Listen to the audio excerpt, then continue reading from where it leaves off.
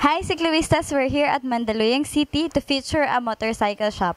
So, sir, I'm Mess from Motorcycle News Magazine. Ano pong name nila? I'm Yoyong Bunsyo. Actually, my full name is Gregorio Bunsyo, but I'm known Yoyong in motorcycle industry. Okay, sir. So, sir, ano pong pangalan ng shop nila? YRS stands for Yoyong Racing Services. The full legal registered company is YRS Motorcycle Modification Inc. So, sir, kailan po nag-start ang YRS? I started YRS around 1983 to 84. And then, sir, ano po bang inspiration nyo to build a shop like this? Actually, it started when I was racing before.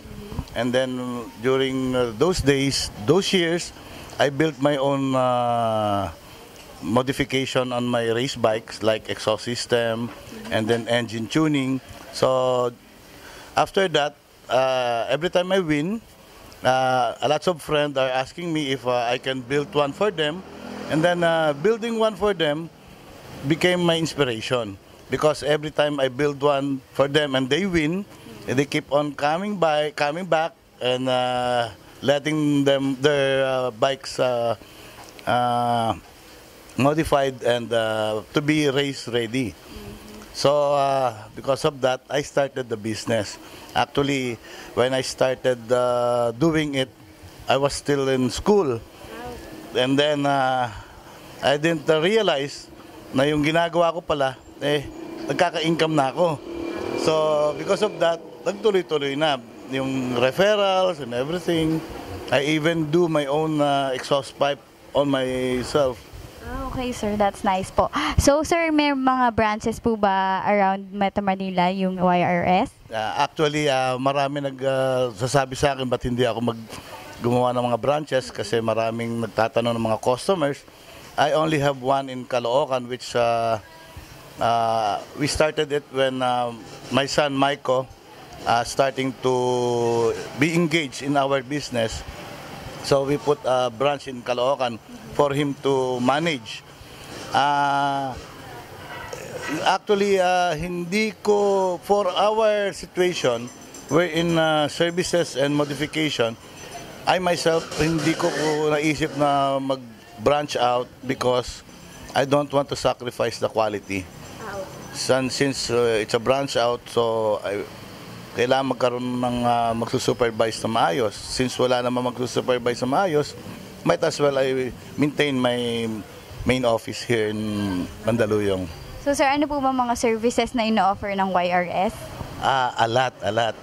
From engine overhauling, tune-up, modification, remodeling of motorcycle from old model to current design and style, upholstery, painting, engine overhauling, wheel alignment, chassis alignment, fiberglass making, even police accessories, gumagawa rin kami, mga ordinary bikes na ginagawa naming police bike para sa mga iba-ibang mga government agencies. Sir, ano po bang mga masasuggest niyo to all the riders to build a shop like this or sa inspiration po?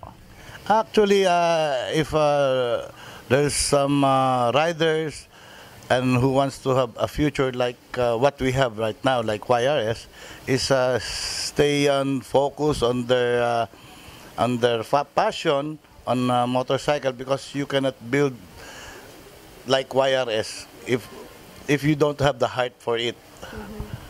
And yun, syempre, kasama na rin ang puhunan. Actually, ang puhunan kailangan may puhunan ka para makapag-start ka ng business. And ang kasunod nun, syempre, para magkaroon ka ng regular and loyal customer, is you should have a good quality services for your customers. So, sir, thank you po and good luck po on your business. Nice meeting you po. Bye, Cycloistas!